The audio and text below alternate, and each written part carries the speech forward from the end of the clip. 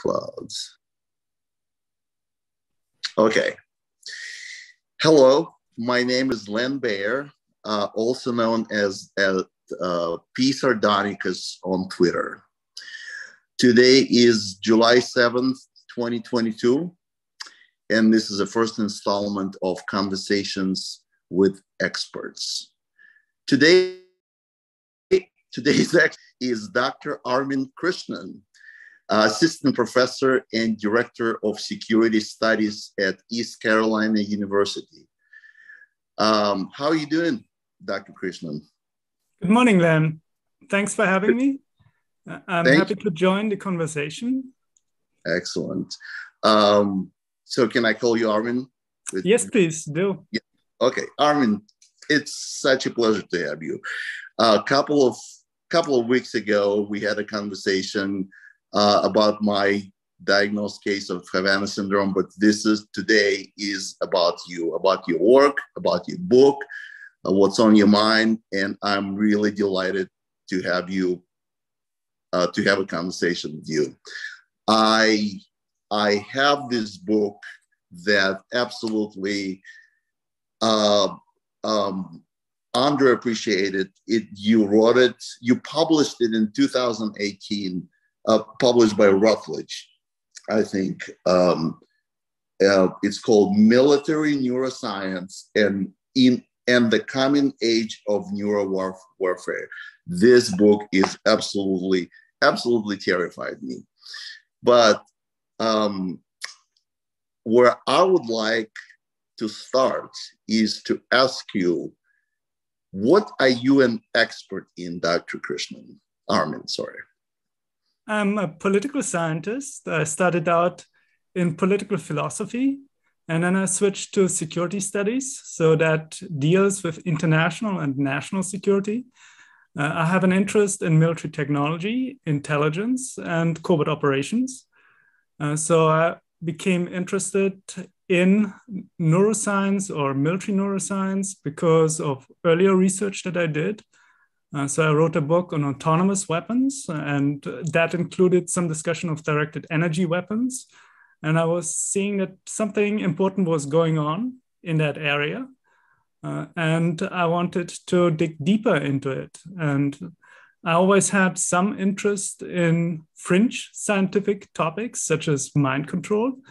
And yeah, that's the reason why I thought it was a good idea to write the book. And obviously, there was another important book that came out much earlier than mine by Jonathan Moreno. So Mind Wars. So that inspired me that there's something to it. So as you know, the mainstream opinion about mind control is that it's a hoax. It doesn't work. It's mostly a conspiracy theory. And most people are satisfied with that answer. And I wanted to challenge that. So I think that mind control is very real, and that practically everybody who is alive today is under some kind of mind control. So some people are more susceptible to it than other people. And there are different kinds of techniques and technologies that are being used. So nobody is free of that. And that is something that concerns me a lot. And I think the public needs to be made more aware of what is at stake.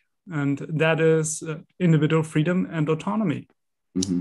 So we are more and more drawn into a kind of system that is inhumane, and that is totalitarian in nature, and that is based on very advanced technology, and that deprives us of our human experience. And I want to oppose that in the little contribution that I can make. And the contribution that you made with this book is absolutely fantastic. It's so well researched. It's so well referenced. You give us a framework of what neuro weapons are, and I think when you talk about the topic of mind control, and you distinguish between sort of the media influence and the neuroweapon influence. Like, how does this, how are these things related? What part of it you assign to neuroweapons, and what part of it you assign to other things? I mean, there are the behavioral sciences that try to understand how we process information and how we learn and how we come to conclusions, how we think. And that influences our behavior. And that kind of research has been going on for a long time. So that deals with propaganda. So influencing people by the way of using information and by using particular kind of messaging. And, and that has become very sophisticated. Some of it targets the subconscious. So the part of the mind that we are not consciously aware of, and that still influences us in a major way. So many things we do without actually thinking about it. And, and that is easy to exploit. So we are now at the stage where we can more directly manipulate the brain. So that's where the neuroscience and neurotechnologies come into play.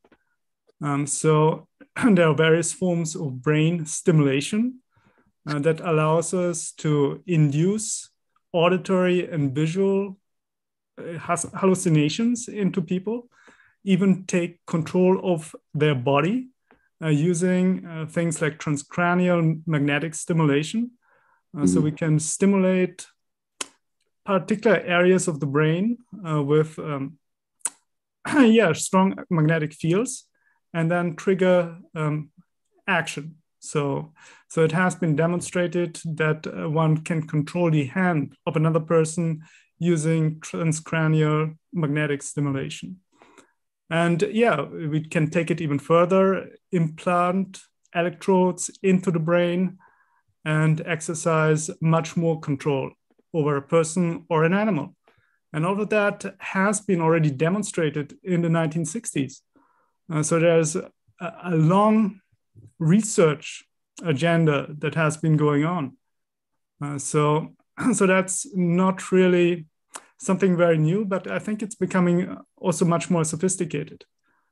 So we are getting to the point that we don't actually need to implant any electrodes into a brain in order to monitor brain processes or influence processes in the brain, and thereby thinking and behavior and mental states and things like that.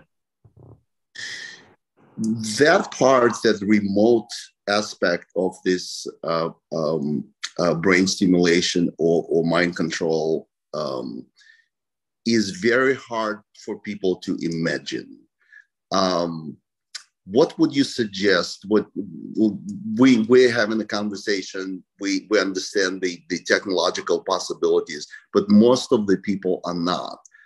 How would you phrase it convincingly so people would understand that it can be done remotely without without actual electrons attached to your head or some kind of device or helmet? How would you phrase it? How would you frame it for people to understand? But I think it's important to go back into the history of mind control and how it was developed. So the starting point, I think, is hypnosis. So that was discovered in the late 18th century by Franz Anton Mesmer, and he already connected it to magnetism.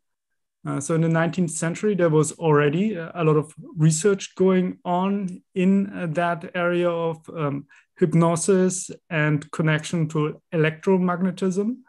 And that has become more and more advanced over time. So during the Cold War, there was a lot of speculation about something called psychotronic weapons. So the main idea here that you could somehow collect and use psychic energies in order to influence other people. And obviously that was very controversial and remains very controversial. So we have only limited documentation of that. We know that there was psychic research going on in the Soviet Union, especially in the 1960s, 1970s, and into the 1980s. So there's a very good book by Sheila Ostrander and Lynn Schroeder about psychic discoveries of the East. So we also know that the CIA was very interested in that kind of unusual research. So there was some money given to the Stanford Research Institute in the early 1970s, and they had some weird research going on called remote viewing. So the idea was that you could train people to gather information by focusing the mind on a particular location and then draw what they were seeing. So I don't know whether that is a real thing or not. My impression is that it was a cover for some other things going on. I think that there is a connection to directed energy, electromagnetic waves, spectrum, in particular microwaves. So that was also an interesting area that was taking off in the 1950s. And maybe I should mention the Moscow signal. So you're certainly familiar with that. So in the late 1950s, the CIA was conducting a bug sweep in the Moscow embassy, and they were discovering that the Soviets were bombarding a particular corner of the embassy with microwaves. And they decided to monitor that. Initial idea was that they were just eavesdropping. And in particular, they found a bug hidden in a carved wood statue that was passive, so that could be activated with microwaves. Yeah, that indicated this was just some eavesdropping. But over the years, there was a lot of variation in the energy density and the frequencies. And they thought something else must be going on here. And the microwave bombardment became more intense. So it was covering different areas of the embassy as well. And that led to the start of Project Pandora. So that was a DARPA project where they were investigating the influence of electromagnetic fields on biological organisms and also the human mind. So they were conducting that research from 1965 to 1970. The results were inconclusive. So some of the Pandora scientists believed that the microwaves did have bioeffects and that you could influence people, including putting people in a state of hypnosis. So that was also the time when MK Ultra was still going on. So that was a CIA research project that was started in 1953, continued until 1964, and then was renamed MK Search. So MK Search was an in-house program in the CIA that was more tightly controlled. And that continued until the early 70s, I think 72 or so. And in this MK Ultra research, there was a lot of drug-related research. So they were trying to influence the human mind using various kinds of drugs. The most prominent one was LSD. There was a lot of research related to hypnosis. And there was also research related to electromagnetic fields. So including microwave type of research and how it could be used for inducing hypnosis and other kinds of bioeffects. So we know that there was a lot of government-sponsored research into that kind of idea of using electromagnetic waves for producing bioeffects, including influencing the mind. And we know that they conducted that research over a period of almost 20 years. I mean, that is documented. And we know that it involved some of the top universities and top researchers in the United States, Canada, and the United Kingdom. And it's very hard to imagine that they would not have come with something. So you would think if it was a dead end, if it was just not possible, if there are no bioeffects of electromagnetic waves and so on, they would have stopped it. And I don't think that ever happened.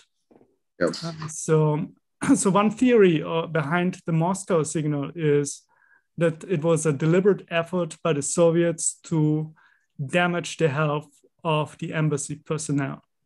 And that was potentially a retaliation for the eavesdropping that was going on from the American embassy in Moscow.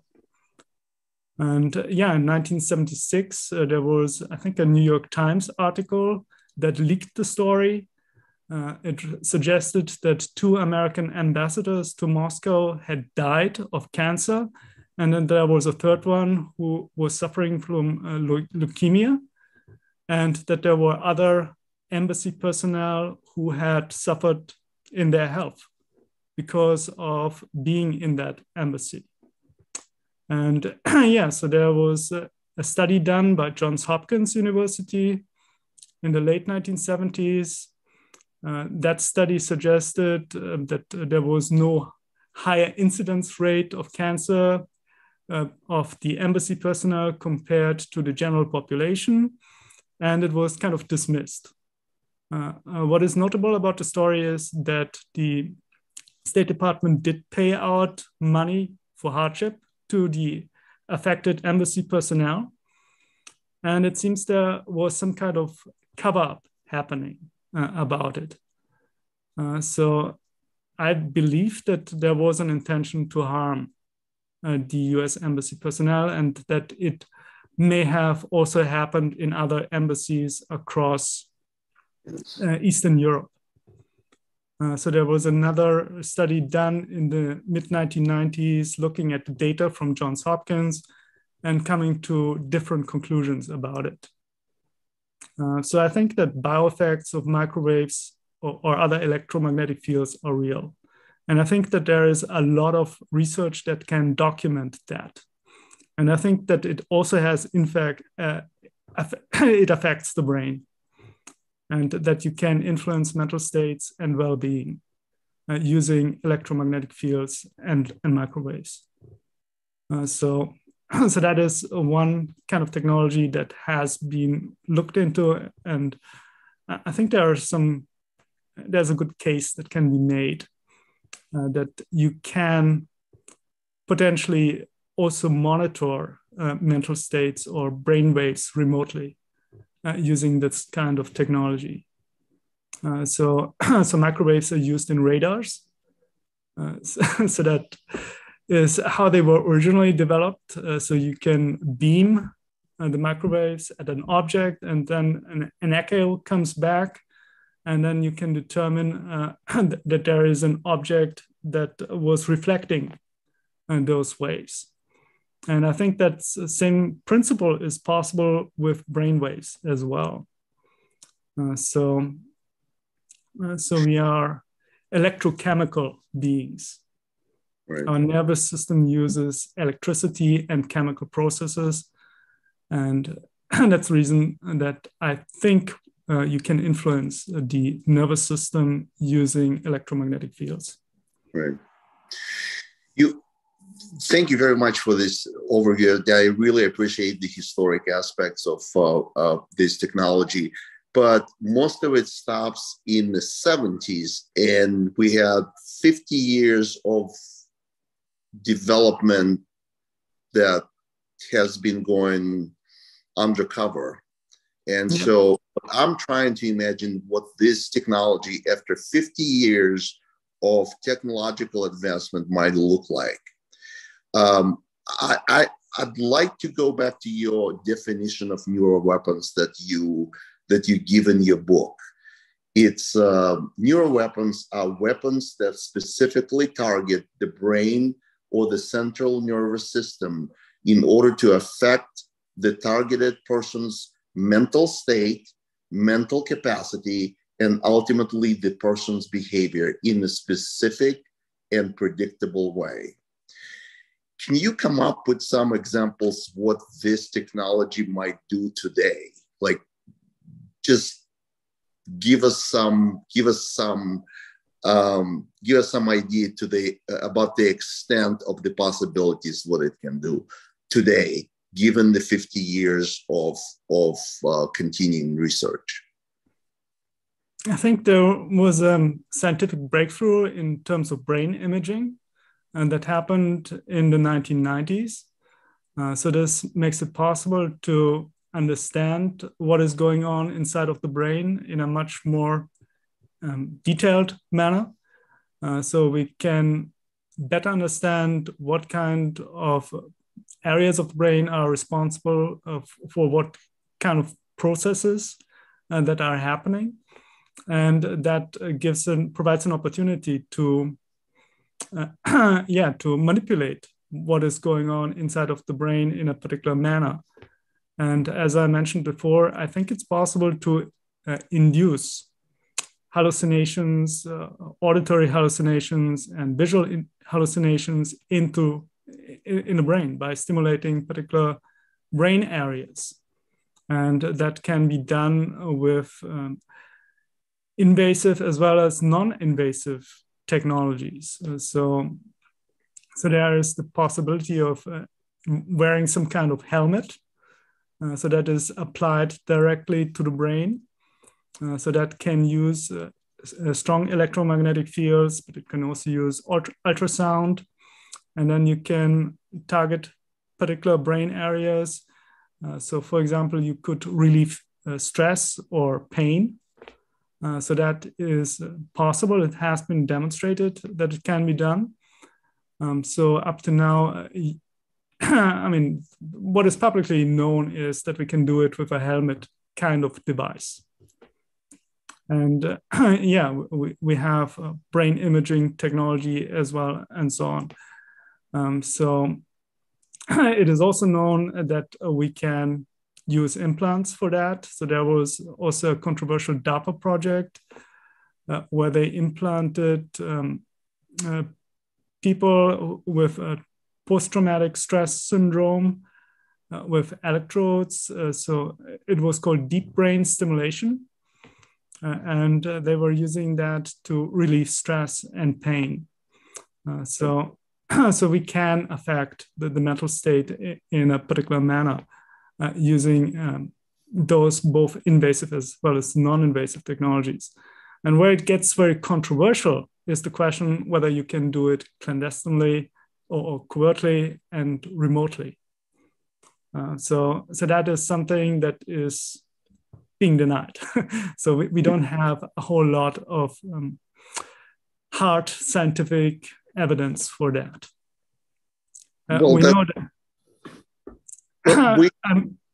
Okay, go ahead. We know that directed energy weapons exist. So we can potentially inflict pain remotely. So there's the active denial system, which was a research project, I think also sponsored by DARPA in the 1990s, was declassified in 2000. So the main idea is to generate millimeter waves. So those produce a burning sensation on the skin to people who are exposed to that. And it has a range of at least a couple of 100 meters. And at that time, when it was declassified, it was still very bulky. So it had to be placed on a truck, and it required a lot of logistics. So it had to be fired up something like 12 hours before use. And that made it very impractical. And they later said that this kind of technology was a dead end. I think that this technology has been miniaturized. So that it is possible to induce pain using this kind of technology over distance. So, of course, we have this case of so-called Havana syndrome that has been in the news, that has been under investigation.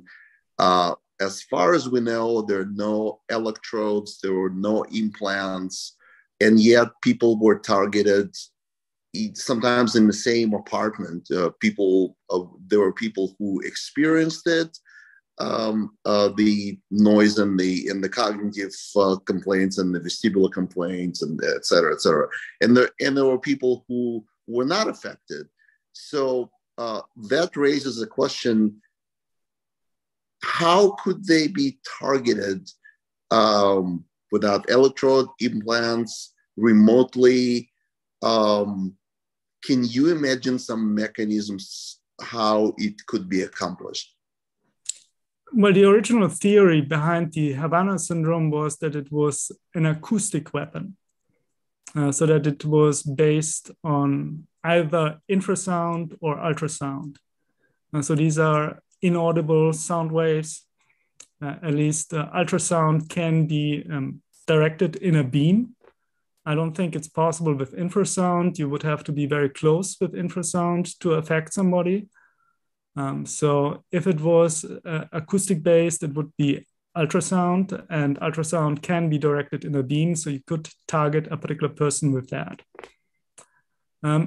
Yeah, there were other kinds of theories about it. I think there is a National Academy of Sciences report on the Havana syndrome. They've looked at different explanations. And one other explanation was exposure to some neurotoxins. So chemical or biological agents were discussed. And another explanation that they came up with was pulsed microwaves. And yeah, that is one of the very few official reports that I've seen that discuss pulsed microwaves as a mechanism for inducing harm to people.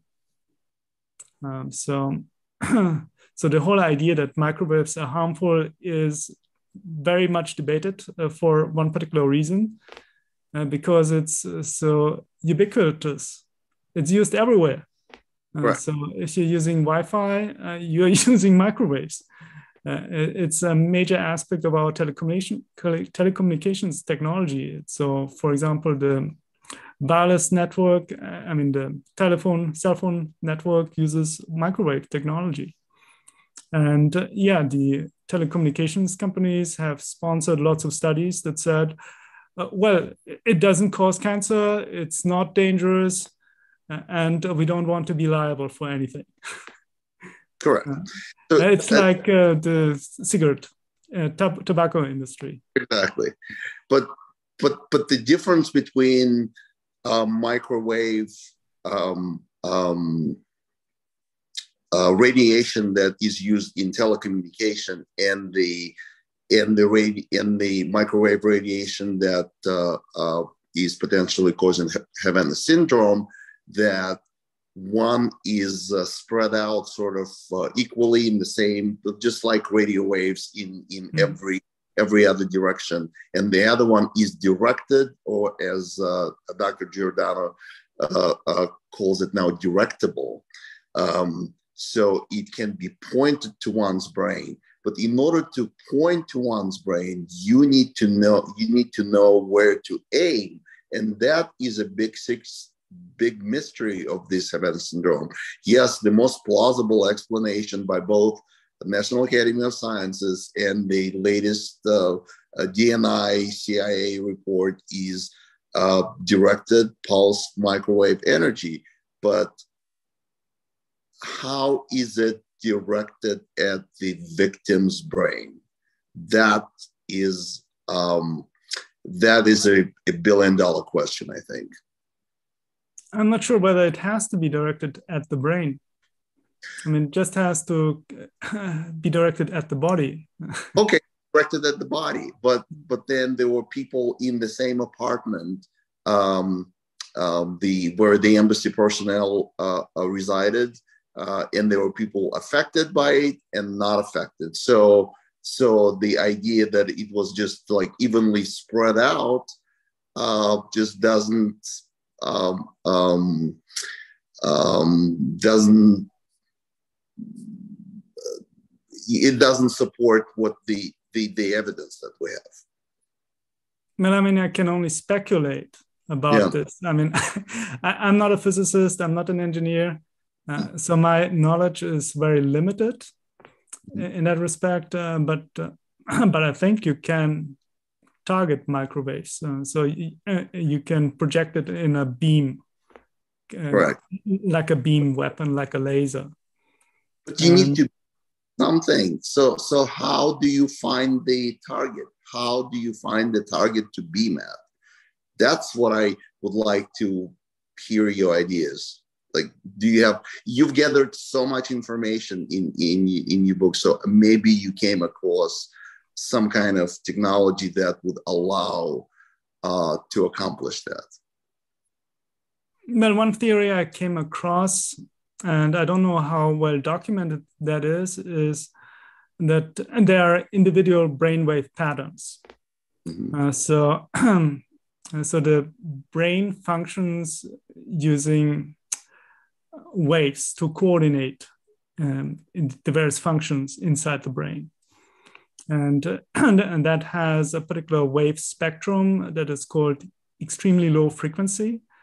And I think it goes from 1 hertz to 70 hertz, something like that. And there are unique brainwave patterns for an individual.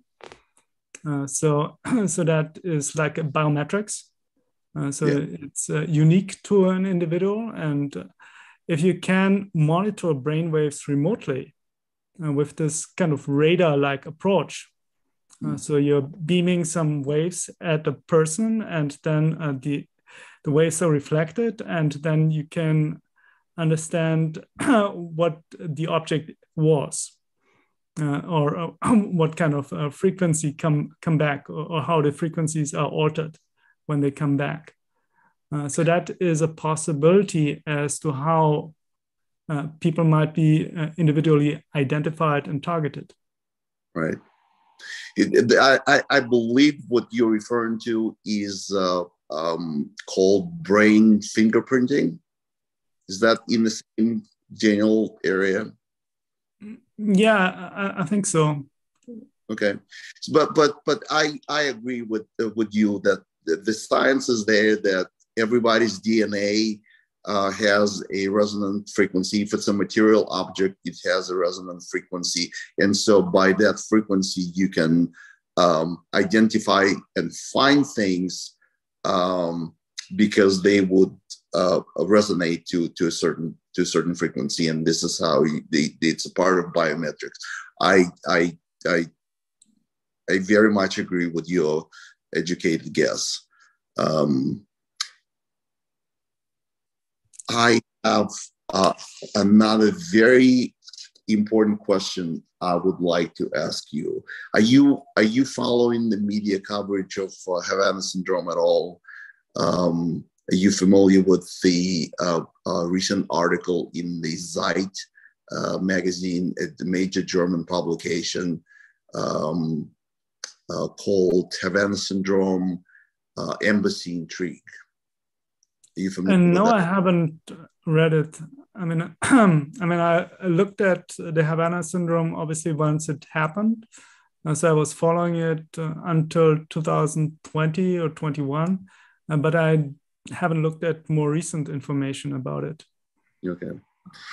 Well, yeah, I'd just like to read a quote from that.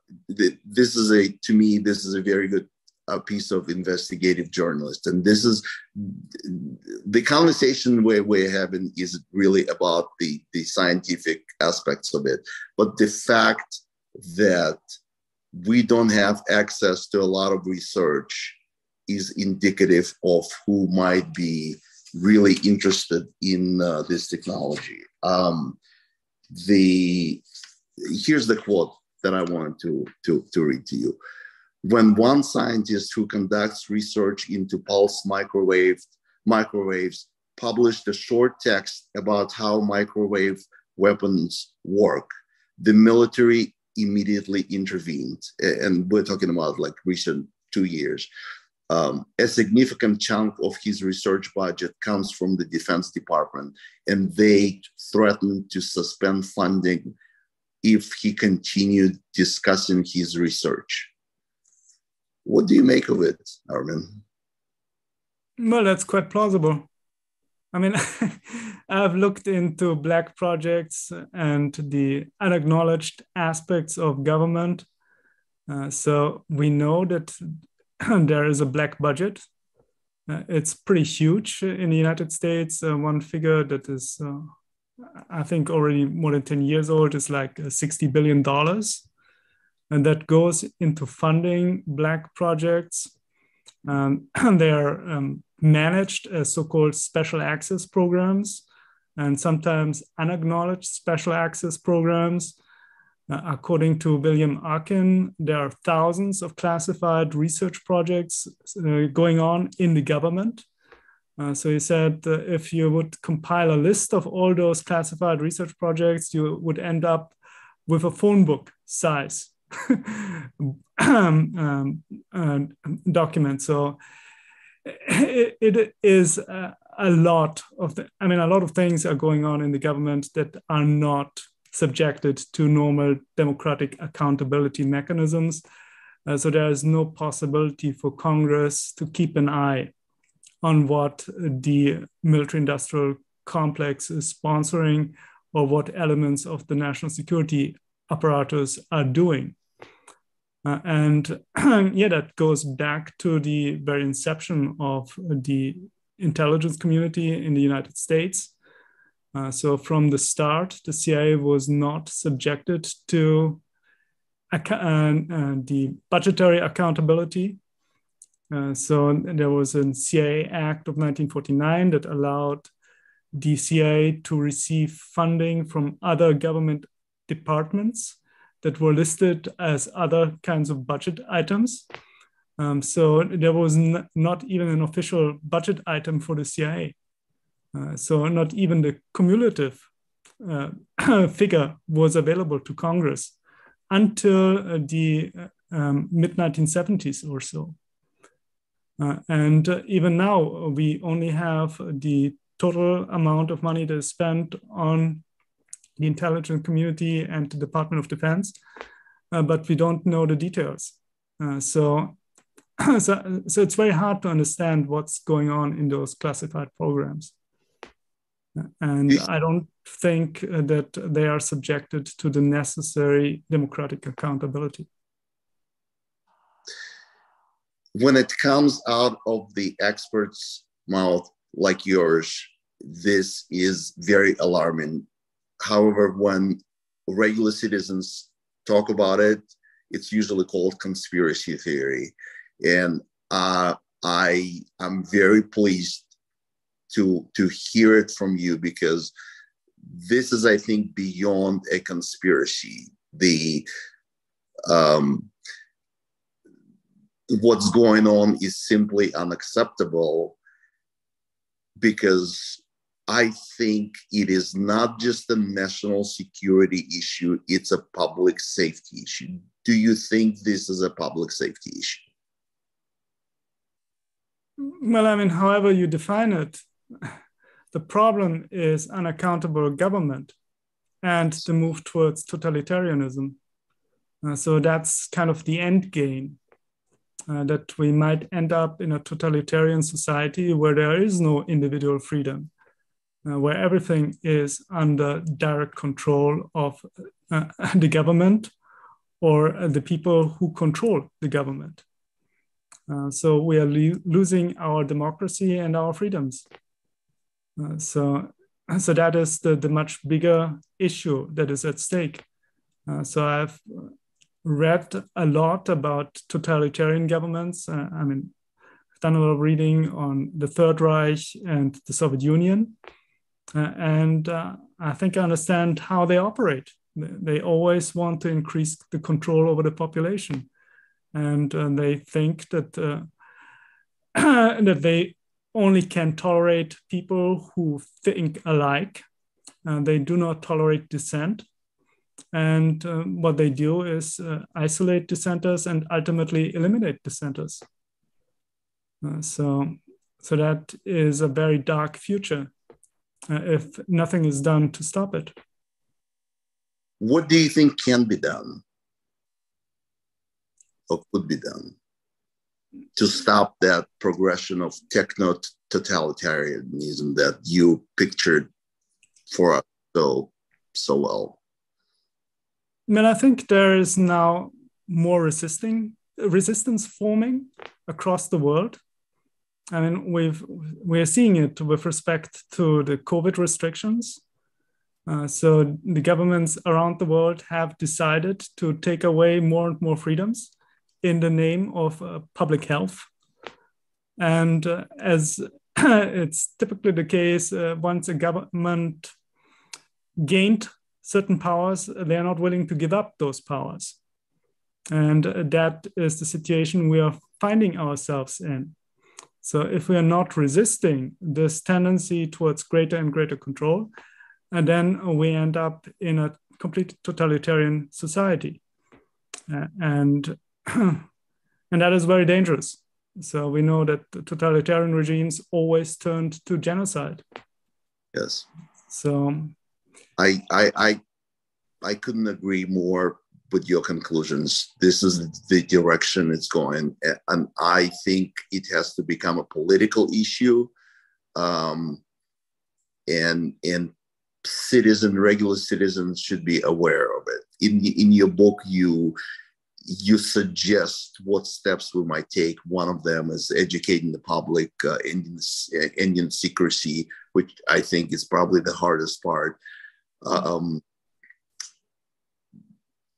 But what else can a regular people that are now aware of these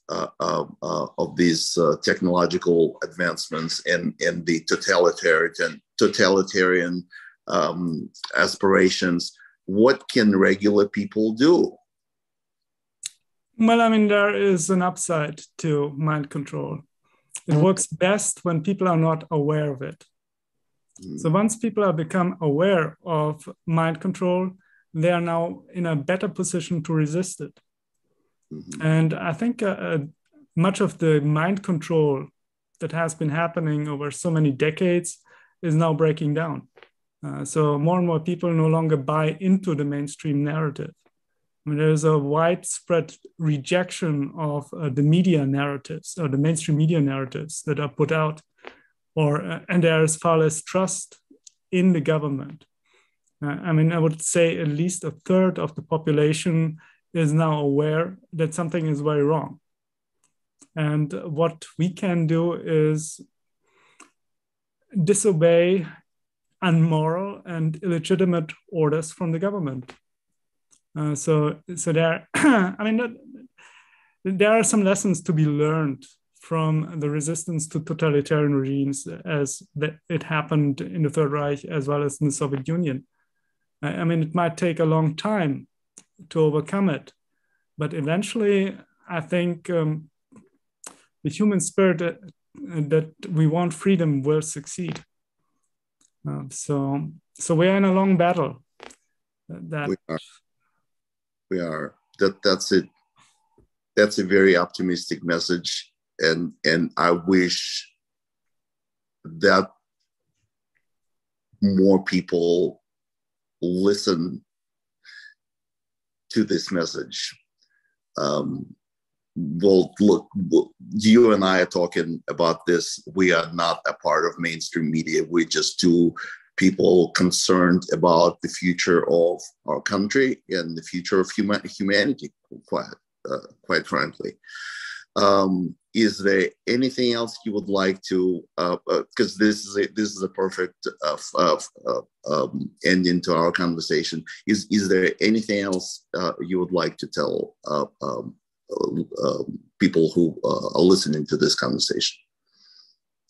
Well, it's time to switch off the television and to do some serious learning. I mean, I believe in education. That's the reason why I'm a professor. So I believe there is some power in gaining knowledge. And the more knowledge we have, the more capable we are to resist and these kinds of evil powers. So, thank you very much, Dr. Krishnan. It's been a pleasure talking to you. I wish you all the best in your research. What's next for you? Are there any new projects that you're getting involved in, or this is just a continuation of your main line of work? Well, yeah, I'm working on a new book on fifth generation warfare. So that is a related topic. So it deals with the manipulation of perception. So it's sometimes called cognitive warfare. And yeah, the main idea in fifth generation warfare is that the target that is being attacked is not even aware that they are under attack or who the attacker is. So we are living in very confusing times. So I wanted to develop some theory about that. That is extremely interesting. I think you touched upon that subject in your recent book and call it ambiguous warfare. Is that sort of the direction it is going? Yes, I think so. So the modes of attack become very unusual. So you're not really associating the things that are being used against you with an attack. So we are disguising the attack as something that is benign, and that makes it much more difficult to resist and overcome. Right. All right. Thank you very much, Doctor. That's Armin. It's been a real pleasure. Thank you very much, and good luck in your future endeavors. Yeah, I also wish you good luck.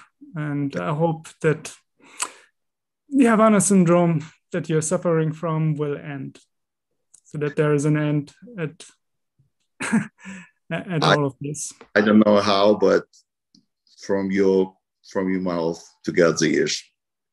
Thank you. Yeah. Have a nice day. You too. Bye.